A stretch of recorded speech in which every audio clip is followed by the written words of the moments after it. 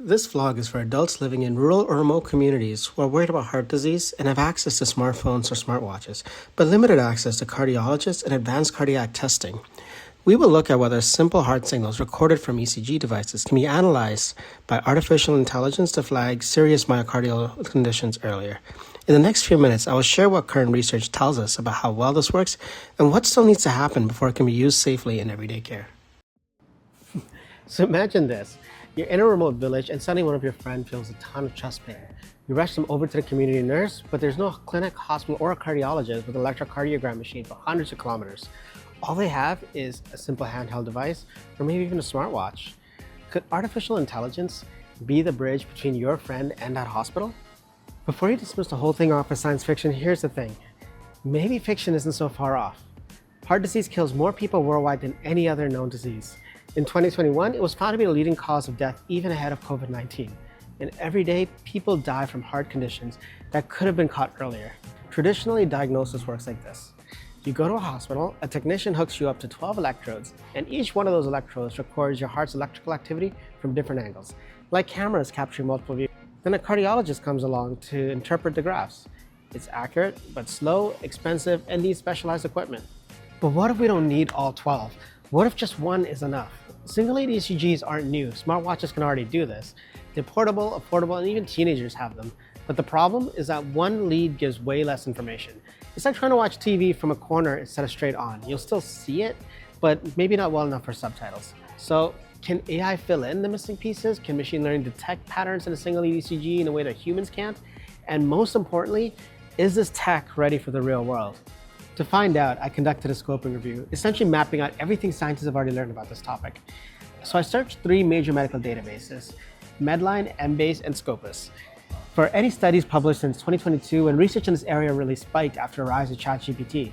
From over 2,400 articles, only 23 met the criteria. AI applied to single-lead ECGs for detecting myocardial disease. For each of these studies, I extracted key information. Essentially, what AI did they use? How did they validate it? And critically, did they test it on new data or the same data that they trained everything on? I used a quality assessment tool called the QuadS2, which is designed to catch common mistakes and biases in medical research, like whether they used diverse patient populations and whether they were transparent about their methods. The whole point was to be systematic and transparent so that you can see exactly what I found and why. But here's the surprising part.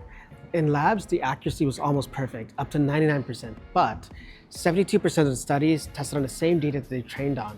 And that's like memorizing one photo and calling it recognition. Like, imagine if I trained you to recognize my friend's face using one photo and then tested you with the exact same photo. Of course you get it right. But what if I showed you a different angle, different lighting, with scratches, damages? Suddenly it gets harder. And that's essentially intra-patient cross-validation.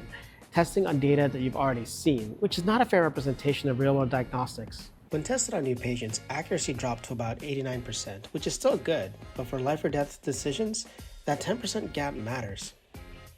Only 2 studies really tested on real patients, and the rest, lab simulations with clean, noise-free data.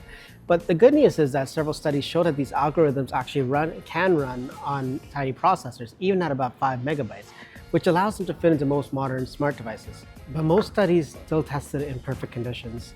The real world is messy, full of motion, noise, and diverse patients. So we know the tech works, but mostly in perfect conditions, and we still don't know how big of a gap we're really working with. Now let's get back to your friend in that remote village. The technology to help them does exist. The AI works, and we know we can run it on a smartwatch and other small devices, so we have the pieces. But the question isn't, can we do this? It's, are we ready to do this safely and fairly? And the honest answer right now is, not yet, but we're close. To close the gap, we need better testing on new data sets from different hospitals and regions and not just the same public data sets. Next, we'll need prospective trials with real patients and actual clinics and emergency rooms. We need to know that the system works with real motion, breathing, and human variation. Then we'll need diversity. Algorithms must work equally well with all ages, ethnicities, and health conditions, and that's not optional, that's essential. Fourth, standardized reporting for transparency and trust. Researchers need to be able to clearly describe what they did, how they did it, and how they validated it, and what these limitations are. AI for single-lead ECG diagnosis is genuinely promising, and the science is real. But before your friend in that remote village or anyone like them can rely on this, we need to prove that it works fairly and safely for everyone. And when we get that right, finding myocardial disease and diagnosing it won't have to wait for a specialist or a big city hospital. A diagnosis can happen within minutes wherever you are. The future is close, and it's worth doing the hard work to get there.